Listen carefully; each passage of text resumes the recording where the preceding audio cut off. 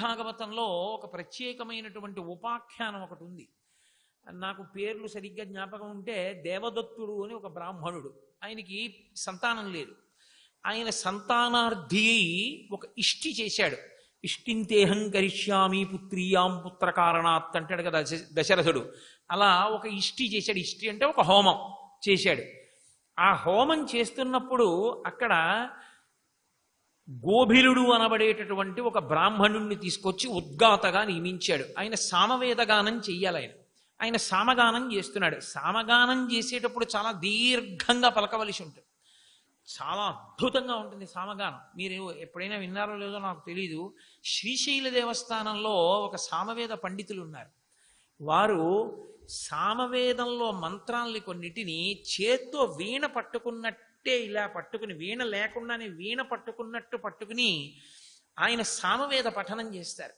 ఆయన సామ మంత్రం చెప్తూ చేతులతో ఇలా అంటూ చెప్తే మీరు కళ్ళు మూసుకుని వింటే మీకు వీణానాదం వినపడుతున్నట్టే వస్తాయి ఆ మంత్రాలు.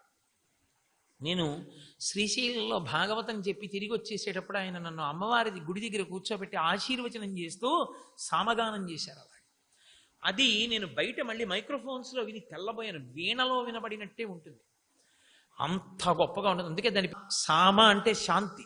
సామవేద మంత్రాలు వింటే చాలు మనశ్శాంతి కలుగుతుంది. దాని పేరే సామవేదము. అందుకే వేదానాం సామవేదోస్మి అంటాడు పరాత్పరుడు భగవద్గీతలో. అటువంటి సామగానం చేసేటప్పుడు బాగా ఊపిరిని బిగపట్టాలి. ఒక్కొక్కసారి ఆ గానం చేసి ఊపిరి తీసి మళ్ళీ ఆ మంత్రాన్ని దీర్ఘంగా గానం చేసేటప్పుడు స్వరభంగం అవుతుంది, స్వరం తప్పుతుంది. అది పెద్ద దోషంగా చెప్పరు శాస్త్రంలో. ఆయన స్వరభంగం చేశాడు. కోపం వచ్చింది దేవదత్తుడికి. మూర్ఖుడా స్వరభంగం చేశావు అన్నాడు. ఆయనకి చాలా బాధ కలిగింది. నేను ఇంత కష్టపడి సామగానం చేస్తుంటే నన్ను మూర్ఖుడు అంటావా? నీకు మూర్ఖుడు కుమారుడిగా కలుగుగాక అన్నాడు. ఇంత నేను ఇష్టి చేస్తే మూర్ఖుడు కొడుకుగా పుట్టడం కన్నా కొడుకులు లేకపోవడం మంచిది, నన్ను అనుగ్రహించవలసింది అని మళ్ళీ వెళ్ళి ఆ గోభిలుడి పాదాల మీద పడ్డాడు దేవదత్తుడు. ఆయన మళ్ళీ ప్రసన్నుడై అన్నాడు, మూర్ఖుడు పుడతాడు కానీ తర్వాత మహాపండితుడు అవుతాడు అన్నాడు. కొడుకు పుట్టాడు. ఆయనకి ఉతధ్యుడు అని పేరు పెట్టారు. ఆయనకి ఏదో పాపం 8వ ఏట ఉపనయనం చేశాడు, సంధ్యావందనం నేర్పాడు, గాయత్రి నేర్పాడు. ఒక్క అక్షరం పట్టుపడలేదు. బ్రాహ్మణ శాపం. మూర్ఖుడు, ఇలాంటి కొడుకు వీడు లేకపోయినా బాగుండేదని తిడుతూ ఉండేవారు. ఆయనకి బాధ కలిగి కొంచెం పెద్దవాడైన తర్వాత ఎందుకు పనికిరాను నన్ను తిడుతున్నారని గంగా తీరానికి వెళ్ళిపోయాడు, ఇంట్లో చెప్పకుండా. వెళ్ళిపోయి ఆ గంగా తీరంలో ఎవరితోనన్నా నోరు విప్పాడో ఏమీ తెలియని వాడని తెలిసిపోతుంది. అందుకు నోరు విప్పేవాడు కాదు. నోరు విప్పకుండా గంగలో స్నానం చేయడం, ఓ చిన్న పాకేసుకున్నాడు, అందులో కూర్చునేవాడు. అసలు నోరు విప్పకుండా అలా కూర్చుంటాడు పాకలో, గంగ స్నానం చేయడం తప్ప. ఈయనది తపస్సు అంటే అని సత్య తపస్సుడు అని పిలవడం మొదలెట్టారు. వాళ్ళే పెట్టేసుకున్నారు పేరు ఆ గంగా తీరంలో ఉన్న ప్రజలు. పండొట్టుకొచ్చేవారు, కాయట్టుకొచ్చేవారు, తింటూ ఉండేవాడు, కూర్చునేవాడు, ఏమీ మాట్లాడేవాడు కాడు. అలా కూర్చుని ఉండగా ఒక రోజున ఒక వేటగాడు అడవి పందిని తరుగుకుంటూ వచ్చాడు. దాని శరీరంలోకి బాణాన్ని విడిచిపెట్టాడు. అది మర్మావయవం మీద తగిలింది. ప్రాణములు నిలుపుకోవలసినటువంటి స్థానములలో ఒకటే, ఏ గుండె లాంటి చోటో తగిలింది. తగిలి దాని ప్రాణములు ఉగ్గడించుకుపోతూ ఆ బాధతో అది అటు ఇటు పరిగెడుతూ ఇతని పర్ణశాలలోకి వచ్చింది. ఏదో కూర్చున్నాడు పాపం. సాధారణంగా ఒక్కసారి ఆ దిగబడిన బాణం, కారిపోతున్న నెత్తురు, ఆర్తితో ఉన్న పంది నోరు విప్పరి చూసేటప్పటికీ అతనిలో ఒక విచిత్రమైన స్థితి, ఒక ఉత్కంఠ, ఒక ఉద్వేగం ఏర్పడ్డాయి. రోమాంచితమై ఒక్కసారి నిలబడి ఐ అన్నాడు. అలా ఎందుకన్నాడో అతనికి తెలియదు. ఎందుకో అన్నాడు. చూడండి, ఈ బరువులు ఎత్తే వాళ్ళు ఉంటారు, రాజమండ్రి రైలు, ఐసొప్ప అంటారు. ఆ పాటకు వ్యాఖ్యానం చెప్పడానికి వ్యాఖ్యానం ఏమి ఉండదు. ఏదో పాడుతుంటే వాళ్ళు బరువు పని చేసుకుంటారు, అదో సంతోషం. శబ్దము చేస్తే తప్ప ఎక్కువ శక్తి విడుదలవ్వదు, అదొకటి ఉంటుంది. మౌనంగా మీరు బరువెత్తారనుకోండి ఎత్తలేరు, హుప్ అన్నారనుకోండి ఎత్తగలరు. దూకేటప్పుడు మౌనంగా దూకారనుకోండి ఎక్కువ దూరం దూకలేరు, హుప్ అని దూకారనుకోండి ఎక్కువ దూరం దూకగలరు. శబ్దము శక్తిని విడుదల చేయడంలో సాధనం. శబ్ద బ్రహ్మమయీ చరాచరమయీ జ్యోతిర్మయీ వాంగ్మయీ అని అందుకే పేరు అమ్మవారికి. కాబట్టి ఆయన ఎందుకన్నాడో ఆయనకి తెలీదు. ఐ అన్నాడు. అది సారస్వత బీజం. ఇది ఏమిటో భలే ఉందిరా, నేను ఇప్పుడు అనలేదని అదే అనుకుంటున్నాడు. మనస్సు పెట్టి అదే అనుకోవడంలోని సారస్వత బీజం కాబట్టి పరదేవతను అనుగ్రహించేసింది. ఎక్కడ లేని పాండిత్యం వచ్చేసింది. ఇప్పుడు ఆ వేటగాడు వచ్చాడు లోపలికి. అయ్యా, పందిని బాణం పెట్టి కొట్టాను, అది ఇలా వెళ్ళిందా, ఎటు వెళ్ళింది మీరు చూశారా అన్నాడు. ఆ పంది అక్కడే పడుకుంది పొదలో, అక్కడే ఉంది పంది అని చెప్పాడా, వేటగాడు చంపేస్తాడు. చెప్పకుండా నాకు తెలియదని చెప్పినా, పందిటు వెళ్ళలేదని చెప్పినా అబద్ధం చెప్పినట్టు అవుతుంది. ఇప్పుడు గొప్ప పాండిత్యం వచ్చేసింది. ఇప్పుడు ధర్మాధర్మ వివక్ష వచ్చేసింది. ఆలోచించాడు, ఒక ప్రాణిని రక్షించడం కోసం అబద్ధం చెప్పినా తప్పు లేదు అని అన్నాడు.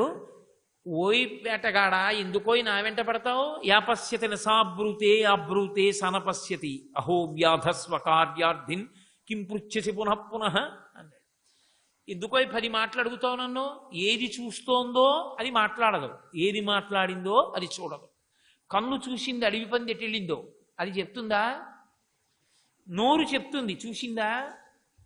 చూసింది చెప్పదు, చెప్పేది చూడలేదు. నన్ను ఎందుకు అడుగుతావు?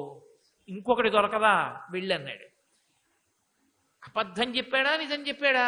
ఉన్నమాట చెప్పాడు, కానీ అసలు చెప్పవలసింది చెప్పలేదు. దాని వలన ఆ పంది ప్రాణం నిలబడింది, పంది బతికింది. ఒక ప్రాణి రక్షణార్థము చిన్న అబద్ధం చెప్పి పెద్ద సత్యాన్ని ఆవిష్కరించాడు. సత్యము వ్రతముగా కలిగి ఉండడం సమస్త భూతముల యొక్క శాంతికి కారకమవుతుంది. అది ఆ త్రికరణ శుద్ధి తపస్సు అయిపోతుంది. ఆ తపోమయమైనటువంటి జీవితం చేత పరమేశ్వరుణ్ణి చేరుకుంటాడు. అందుకే సత్యవాక్కుకి అంత ప్రాధాన్యత ఇచ్చారు. నేను సత్యం చెప్తున్నాను కదా అని సందర్భములను పాటించకుండా చెప్పకూడదు. సత్యం బ్రూయాత్ ప్రియం బ్రూయాత్, ప్రియంగా చెప్పాలి, సందర్భం లేకుండా సత్యం చెప్పకూడదు. ఆయన ఏదో ఆఖరి పరీక్ష రాయడానికి ఎడుతున్నాడు, ఆ ఒక్క పరీక్ష పాపం రాసేశాడా, ఆయన జీవిత దిశ మారిపోతుంది. అప్పుడే తెలిసింది వాళ్ళ తాతగారు చచ్చిపోయారని. నా జన్మాంతరంలో నిజం చెప్పే అవకాశం ఇన్నాళ్ళకు వచ్చిందని వెళ్ళి మీ తాతగారు చచ్చిపోయారో అని చెప్పకూడదు. ప్రియం బ్రూయాత్, 1-2 గంటలు ఆగితే కొంపలు పడిపోయేది ఏం లేదు, చచ్చిపోయిన వాడు ఎలాగో చచ్చిపోయాడు. పరీక్ష నుంచి బయటకు వచ్చాక నాయన ఇంక సినిమాకి దానికి వెళ్ళకు, మీ తాతగారు పోయారు పద అను, ఏమీ దోషం రావు. కాబట్టి సత్యం చెప్తున్నాను కదా అని సందర్భములు లేకుండాను అప్రియంగాను సత్యం చెప్పకూడదు. అందుకని సత్యం పుష్పం, ఆ సత్యాన్ని పట్టుకోవడం పుష్పం కాదు. సత్యం అన్న మాటకి రెండో అర్థం ఉంది. సత్యే సత్యం, సత్తే తత్. అందుకే పరబ్రహ్మము అన్న స్థాయికి వచ్చేసిన తర్వాత ఇంకా లింగస్వరూపాన్ని సూచించారు. తత్ అంటారు. అది అది అంటే జడమని కాదు, వస్తువుని కాదు. తత్ అంటే బ్రహ్మము, పరబ్రహ్మము. అది స్త్రీయా పురుషుడా నపుంసకుడా, ఇక లింగభేదం ఉండదు పరబ్రహ్మంగా చెప్పినప్పుడు. అందుకే స్త్రీ పురుష నపుంసకమూర్తియును కాక తిర్య కమరనరాదిమూర్తియును కాక కర్మ గుణభేద సరసప్రకాశి కాక వెనుక నన్యుతానగు విభుతలంతు అంటారు పోతన గారు. ఆయన స్త్రీయా పురుషుడా నపుంసకుడా కర్మ గుణమా రూపమా ఏమని చెప్తారు? సాకారంచ నిరాకారం నిర్గుణంచ గుణాత్మకం తత్వం తత్పరమం బ్రహ్మ ఇది వేదాంతడిండిమ అంటారు శంకరాచార్యులు వారి వేదాంతడిండిమంలో. సాకారము నిరాకారము రెండు పరమేశ్వరుడివే. సాకారము కామ్యమున్న వారి కొరకు, నిరాకారము జ్ఞానమున్న వారి కొరకు, రెండు రూపాలు ఆయనవే. అటువంటి పరమేశ్వరుడికి సత్యం అది అంటారు. అక్కడికి వచ్చేప్పటికి అది అంటే వస్తువు కాదు, ఆడది కాదు, అది పరబ్రహ్మం. అది ఒక కాంతి, భాస్కర అన్నట్టు. అది కాంతి పుంజము. అది ఊర్ధమూల మధశాయి, పైకి కిందకి పక్కలకి దాని కాంతి కొడుతూ ఉంటుంది. ఆ చైతన్యము చేత సమస్త భూతములు నడుస్తున్నాయి. అందుకే భజంతి త్వం ధన్యాహ కతిచన చిదానందలహరి అంటారు శంకరాచార్యులు వారి సౌందర్యలహరిలో. ఎక్కడో కోట్ల మందిలో ఒక్కడున్నాడమ్మా, వాడికి అర్థమైంది ఆ చిత్. ఆ చిదానందలహరిని భజంతి త్వం ధన్యాహ, ధన్యుడైన ఏ ఒక్కడో తెలుసుకుని భజిస్తున్నాడన్నారు. ఆ చిత్, ఆ చైతన్యము, ఆ ఆత్మస్వరూపము, ఆ తత్, ఆ సత్ ఉన్నదే ఆ సత్యం శివం సుందరం. ఆ ఆత్మస్వరూపము ఏది ఉన్నదో అదే లోపల ఉన్నది. ఎక్కడో కోట్ల మందిలో ఒక్కడున్నాడమ్మా, వాడికి అర్థమైంది ఆ చిత్. ఆ చిదానందలహరిని భజంతి త్వం ధన్యాహ, ధన్యుడైన ఏ ఒక్కడో తెలుసుకుని భజిస్తున్నాడన్నారు. ఆ చిత్, ఆ చైతన్యము, ఆ ఆత్మస్వరూపము, అతత్ అసత్ ఉన్నదే ఆ సత్యం శివం సుందరం. ఆ ఆత్మస్వరూపము ఏది ఉన్నదో అదే లోపల ఉన్నది. దాని కాంతి పడితే తప్ప ఏ ఇంద్రియము దాని ధర్మ అన్నది చేయలేదు. దాని కాంతి పడుతుంది, ఆ కాంతి చేత అది పనిచేస్తుంటుంది. అందుకే శంకరాచార్యులు వారు దక్షిణామూర్తి స్తోత్రం చేస్తూ నానా ఛిద్రఘటోదర స్థిత మహాదీప ప్రభాభాస్వరం జ్ఞానం యస్యతు చక్షురాది కరణ ద్వారా బహిస్పందతే జానామీతి తమేవ భాంతమనుభాత్యేతత్ సమస్తం జగత్ తస్మై శ్రీ గురుమూర్తయే నమ ఇదం శ్రీ దక్షిణామూర్తయే అంటారు. కుండకి కన్నాలు పెట్టి ఒక దీపాన్ని వెలిగించి కుండని బోర్లించారనుకోండి, అన్ని కన్నాల్లోంచి కాంతులు కొడతాయి చీకట్లో చూస్తే. లోపల ఉన్న దీపము యొక్క కాంతి ఇన్ని కన్నాల్లోంచి బయటికి వచ్చినట్టు లోపల ఉన్న ఆత్మ యొక్క కాంతి కన్నుల మీద పడితే కన్ను చూస్తోంది, చెవి మీద పడితే చెవి వింటోంది, ముక్కు మీద పడితే ముక్కు వాసన తెలుసుకుంటోంది. లోపల ఉన్న ఆత్మ ప్రభావము చేత ఇంద్రియములు, మనసు, చిత్తము, అహంకారము అన్నీ పనిచేస్తున్నాయి. ఆ ఆత్మ లేని నాడు ఇవేమీ లేవు. ఉన్నది ఆ ఆత్మ ఒక్కటే సత్యము. ఆ ఆత్మ అనుభవంలోకి రావడానికే అనేక మార్గాలు. అద్వైతమునందు జ్ఞాన మార్గములో నయితి నయితి నయితి నయితి నయితి అంటూ శరీరము కాదు, ఇంద్రియములు కాదు, మనస్సు కాదు, చిత్తము కాదు, అహంకారము కాదు, ఒక్కొక్క దాన్ని తొలగించుకుంటూ వెడతారు. తొలగించుకుంటూ వెళ్ళి చిట్ట చివర ఆత్మ దగ్గర నిలబడతారు. అందుకే పరమేశ్వరుడు కొండ మీద ఉండడానికి కారణం అదే. మీరు వెంకటాచలం వెళ్ళారనుకోండి, కింద తిరుపతి. నిజానికి ఆ పేరు ఒక రకంగా మాట్లాడాలి అంటే పూర్ణ సత్యాన్ని ఆవిష్కరించదు. తిరుపతి ఎవరు? వెంకటేశ్వరుడే. తిరు అంటే ద్రవిడ భాషలో శ్రీ అని, పతి అంటే పరమేశ్వరుడు. పతిం విశ్వస్యాత్మేశ్వరగం శాశ్వతకం శివమచ్యుతం నారాయణం మహాజ్ఞేయం విశ్వాత్మానం పరాయణం. పతిం అంటే ఆయనని చేరుతుంది. అందుకే ఇక్కడ పుట్టిన పిల్లని ఆడపిల్ల అంటారు. అంటే ఇక్కడ ఉండిపోయే పిల్ల కాదు, ఈ పిల్ల అక్కడికి వెళ్ళిపోతుంది. ఎక్కడికి? ఆడ. అక్కడికి ఎక్కడికి? పతి దగ్గరికి వెళ్ళిపోతుంది. వెళ్ళిపోయి అంటుంది నా ఇల్లు ఇదే అంటుంది, నా గోత్రం ఇదే అంటుంది. తన కడుపున పుట్టిన పిల్లలు తనని కన్న నాన్నగారిని అమ్మగారి యొక్క గోత్రంతో ఉండరు, ఆ ఇంటి పేరుతో ఉండరు. ఏ ఇంటికి వెళ్ళిందో ఆ ఇంటికి మనవల్ని ఇస్తుంది, ఆ గోత్రాభివృద్ధి చేస్తుంది. ఆడపిల్ల ఆమె పతిని చేరిపోతుంది. ఆమె ధర్మం పతిని చేరిపోవడం, పతిని చేరిపోయి ఆమె పూర్ణత్వాన్ని పొందుతుంది తల్లి అయి. అలా ఆడా మగ భేదం ఉండదు వేదాంతంలో. మనమందరం కూడా చేరాలి ఎవరిని? పతిని. ఎవరైనా పరమేశ్వరుడు, ఆయన పతి. అందుకని ఆయన ఒక్కడే పురుషుడు. అందుకే గండు మీసాలు పెట్టి కూర్చుంటాడు. సత్ తీయం సత్యం సత్యనారాయణుడి. నారాయణ అంటే సమస్త భూతములకు ఆధారమైన వాడు. నేను ఒక్కడే పురుషుణ్ణి, అందుకనే గండు మీసాలతో కూర్చుంటాడు. కాబట్టి ఆ పతి ఉన్నాడే ఆయన పతిం విశ్వస్యాత్మేశ్వరగుం శాశ్వతగుం శివం అచ్యుతం. ఆయన శాశ్వతుడు, శివం అచ్యుతం. ఆయన అచ్యుతం, చ్యుతం, తొలగిపోయేవాడు కాడు, ఎప్పుడూ ఉండేవాడు. ఎప్పుడూ ఉండేది ఆత్మ. ఆత్మచేత తొడగబడి పడిపోయేది శరీరం. తిరుపతి అంటే వెంకటేశ్వరుడు, తిరుమలై అంటే ఆయన ఉన్న కొండ. తిరు అంటే శ్రీ, మలై అంటే పర్వతం. అంటే తిరు అంటే శ్రీ, మలై అంటే కొండ. అయితే శ్రీకొండ అంటే శ్రీగిరి. సంస్కృతంలో అయితే శ్రీగిరి, శ్రీశైలము. అందుకే శ్రీశైలము అన్న పేరుతో రెండు కొండలు.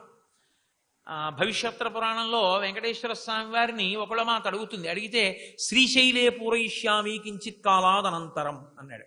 నీ కళ్యాణం చూడాలనుందోయ్, పెంచి పెద్ద చేశాను, ఒక కళ్యాణం చూడలేదు, అది యశోద. శ్రీశైలే పూరయిష్యామి, అమ్మ నీ కోరిక శ్రీశైలంలో తీరుస్తానన్నాడు. శ్రీశైలం అంటే తిరుమల. తిరుమల శ్రీశైలము. శ్రీశైలంలో ఆవిడ వకుళమాతగా వచ్చింది యశోద. ఈయన పద్మావతి కళ్యాణం చేసుకున్నప్పుడు తల్లి ఒక్కతే పెద్దరికం వహించింది. మళ్ళీ నందుడు ఆ అదృష్టానికి నోచుకోలేదు, వకుళమాత ఒక్కతే. అందుకే ఇప్పటికే ఆనందనిలయంలో కూర్చుని ఉంటుంది అమ్మ. అమ్మని పూజించండి, వెంకటేశ్వరావతారం మొదట ఈ జాతికి నేర్పింది. కాబట్టి ఆ వెంకటేశ్వరుడు ఉన్న కొండ కాబట్టి తిరుమలై, శ్రీగిరి. ఆయన ఎక్కడున్నాడు? వెంకటేశ్వరుడు దాని మీద ఉన్నాడు. ఇప్పుడు మీరు 7 కొండలు ఎక్కారు. ఎందుకోసం ఎక్కారు? వెంకటేశ్వరుణ్ణి చేరడానికి ఎక్కారు. ఏదో వృషాద్రి ఎక్కేశారు. అమ్మయ్యా దాటిపోయాను. ఎందుకు? వెంకటేశ్వరుడికి దగ్గర అయిపోయాను. 7 కొండలు ఎక్కాను. 7 కొండలు ఎక్కడంలో కొంత ఖేదం ఉంటుందా ఉండదా? ఏ బాధ లేదండి అంటే సరిపోతుందా? కాళ్ళు నొప్పులెడతాయి, ఆయాసం వేస్తుంది, చెమట పట్టేస్తుంది, బట్టలన్నీ తడిసిపోతాయి. మోకాళ్ళ మిట్ట దగ్గరికి వెళ్ళేటప్పటికీ అసలు మోకాళ్ళు పోట్లు వస్తాయి. అంత కష్టపడి పైకెక్కుతాడు. ఈశ్వరుణ్ణి చేరుకునేటటువంటి సాధన యందు కూడా కష్టం ఉంటుంది. మీరు ఆసనం వేసుకుని కూర్చుంటే, అష్టాంగ యోగంలో ఆసనము ఒకటి, ఆసనములో కూర్చుంటే కార్యక్రమం పూర్తయ్యే వరకు ఆసనం విప్పకూడదు. వేసిన ఆసనం వేసినట్లు అలాగే ఉండిపోవాలంతే. అందుకే ఆసన, ధ్యాన, ధారణ, ప్రత్యాహార, సమాధ్యష్టాంగ యోగానిష్ట అని శృంగగిరి పీఠాధిపతుల యొక్క బిరుదావళిలో ఒక పేరు. వారు అలా కూర్చోగలరు. నిజం కూడా.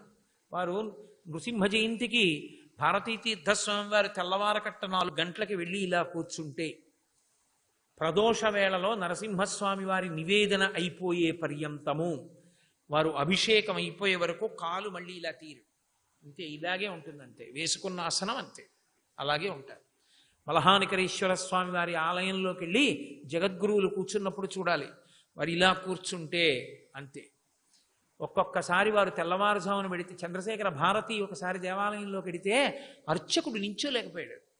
అంత ఎండ, అంత వేడి, అంత ఉడికిపోతోంది. బయటికి వెళ్ళిపోమన్నారు అర్చకుడిని. నువ్వు బయటికి వెళ్ళిపో, నీ చేసుకుంటాను అభిషేకం అని.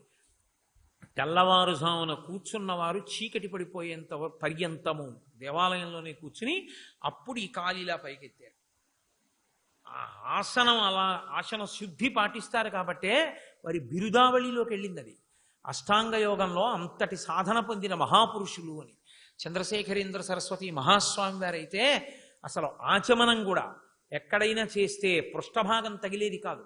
నా దగ్గర వారివి అపురూపమైన ఫొటోస్ అన్నీ ఉన్నాయి. వారు ఇలాగే కూర్చుని చేసేవారు ఆచమనం. వారు ఎక్కడ ఎలా కూర్చున్నా శాస్త్రం ప్రకారమే. ఎప్పుడు పడితే అక్కడ, ఎక్కడ పడితే అక్కడ, ఎలా పడితే అలా వారు కూర్చునేవారు కాదు. వాహనమే ఎక్కలేదు మహానుభావుడు. జీవిత పర్యంతంలో వాహనం ఎక్కల నడిచారు. అంతటి మహాపురుషులు. వారి వలన కదా దేశానికి గౌరవం వచ్చింది. కాబట్టి తిరుమల కొండ మీదకి వెళ్ళిపోయావు. చిట్ట చివర చేరిపోయినట్టు ఆ వెంకటేశ్వరుణ్ణి చేరిపోలేదు. ఎప్పుడు నీ ప్రయత్నం అంతా పూర్తయిపోయింది. ఆనంద నిలయంలోకి వెళ్ళిపోయావు. ఆనంద నిలయంలో జయ విజయుల్ని దాటిపోయావు. ఎవరి కోసం నువ్వు వెళ్ళావో వాడు నీ కోసం వచ్చినవాడు కాడు. వాడు ఎప్పుడూ అక్కడే ఉన్నవాడు. అడుగు కదపలేదు, అలాగే ఉన్నాడు వాడు. వాడి కోసం నువ్వే నడిచావు. కదలికలు నీవి, కదలిక లేనితనం వాడిది. వాడు 2 రోజులు ఉండరండి, ఎక్కడికో వెళ్ళారని ఎప్పుడైనా అంటారా? అక్కడే ఉంటారు ఆయన. మనం ఇప్పుడు ఎక్కడి వరకు వెడతాం? ఆయన సముఖం వరకే. ఆయనని దాటి వెళ్ళడానికి ఏమైనా ఉంటుందా యాత్రలో? ఇంకేం ఉండదు. ఆయన వరకే, ఆయన ముందట నిలబడడం వరకే, ఆయనని చూసి పరవశించిపోవడం వరకే, అంతే. యాత్ర ఎక్కడ పరిసమాప్తం అయిపోతుందంటే, నువ్వు ఏ ఈశ్వర దర్శనానికి బయలుదేరావో ఆయన ముందు నించోవడం దగ్గర పూర్తయిపోయింది. జీవుడి యాత్ర ఎక్కడ పూర్తయిపోతుందంటే, ఎప్పుడూ ఇక్కడే ఉన్న ఆత్మ దర్శనం చేత పూర్తయిపోతుంది. తిరుమల కొండ మీదకి వెళ్ళిపోయావు. చిట్ట చివర చేరిపోయినట్టు ఆ వెంకటేశ్వరుణ్ణి చేరిపోలేదు. ఎప్పుడు నీ ప్రయత్నం అంతా పూర్తయిపోయింది. ఆనంద నిలయంలోకి వెళ్ళిపోయావు. ఆనంద నిలయంలో జయ విజయుల్ని దాటిపోయావు. ఎవరి కోసం నువ్వు వెళ్ళావో వాడు నీ కోసం వచ్చినవాడు కాడు. వాడు ఎప్పుడూ అక్కడే ఉన్నవాడు. అడుగు కదపలేదు, అలాగే ఉన్నాడు వాడు. వాడి కోసం నువ్వే నడిచావు. కదలికలు నీవి, కదలిక లేనితనం వాడిది. వాడు 2 రోజులు ఉండరండి, ఎక్కడికో వెళ్ళారని ఎప్పుడైనా అంటారా? అక్కడే ఉంటారు ఆయన. మనం ఇప్పుడు ఎక్కడి వరకు వెడతాం? ఆయన సముఖం వరకే. ఆయనని దాటి వెళ్ళడానికి ఏమైనా ఉంటుందా యాత్రలో? ఇంకేం ఉండదు. ఆయన వరకే, ఆయన ముందట నిలబడడం వరకే, ఆయనని చూసి పరవశించిపోవడం వరకే, అంతే. యాత్ర ఎక్కడ పరిసమాప్తం అయిపోతుందంటే, నువ్వు ఏ ఈశ్వర దర్శనానికి బయలుదేరావో ఆయన ముందు నించోవడం దగ్గర పూర్తయిపోయింది. జీవుడి యాత్ర ఎక్కడ పూర్తయిపోతుందంటే, ఎప్పుడూ ఇక్కడే ఉన్న ఆత్మ దర్శనం చేత పూర్తయిపోతుంది. సత్యం మారనిది, కాలమునందు తరగనిది, అగ్ని చేత కాలనిది, నీటి చేత తలపబడనిది, ఎప్పుడూ ఉన్నది, అంతటా ఉన్నది, శరీరమును ధరించేది, తాను సత్యమైనది, మార్పు లేనిది, సత్తైనది, తత్తైనది, అదొక్కటే. అందుకే పూజ అంతా చేశాక ఓ మాట చెప్తారు. అంతా పూజ అయిపోయింది. అంతా పూజ అయిపోయిన తర్వాత ఆయన ఈశ్వరుడు, నేను కోటేశ్వరరావు అనేనా పూజ చేశాను. ఇప్పుడు చేతిలో 2 పువ్వులు పట్టుకుని నిలబడతాను. ఇప్పుడు ఏమంటాను? ధాతా పురస్తాద్యముదాజహారా శక్ర ప్రవిద్వాన్ ప్రదిదస్య దస్రః అని మొదలుపెట్టి నాణ్యపంధాయనాయ విద్యతే అంటాం. ఇంకొక మార్గం లేదు. నువ్వు ఈశ్వరుణ్ణి తెలుసుకుంటానని అలా పెట్టు కూర్చుంటే నీకు కనపడడం. ఎక్కడున్నాడు ఈశ్వరుడు? అత్యతిష్ట దశాంగుళం, ఇక్కడే బొడ్డు దగ్గర కిందకి వంగిన పద్మం ఉంది. దానిలో చిటికిన వేలు పెట్టి బొటన వేలు పైకి పెడితే బొటన వేలు యొక్క చివర ఎక్కడ తగులుతోందో అక్కడ ఇలా వంగిన పద్మం ఒకటి ఉంది. నీవారస్సూకవత్తన్వి పీతాభాస్వత్యనూపమా, వడ్డుగించ చివరి భాగం పట్టుకుని గీరితే మొన ఎంత ఉంటుందో అంత మొన ఒకటి ప్రకాశిస్తోంది. మళ్ళీ తస్య మధ్యే, దాని మధ్యలో ఒక చిన్న కాంతి పుంజం ఒకటి ఉంది. దాన్ని నువ్వు ఏ పేరు పెట్టి పిలు, స బ్రహ్మస్స శివస్స హరిశ్చేంద్ర సోక్షర పరమస్వరాట్, ఏ పేరు పెట్టి పిలు, అది రాజాధిరాజాయ ప్రసయ్య సాహినే, అది ఉన్నదే, ఆ వెలుగున్నదే, ఆ కాంతి, ఆ చిత్, ఆ భాష, ఆ తత్, ఆ సత్, ఆ శివం, ఆ సుందరం, అది ఆత్మ.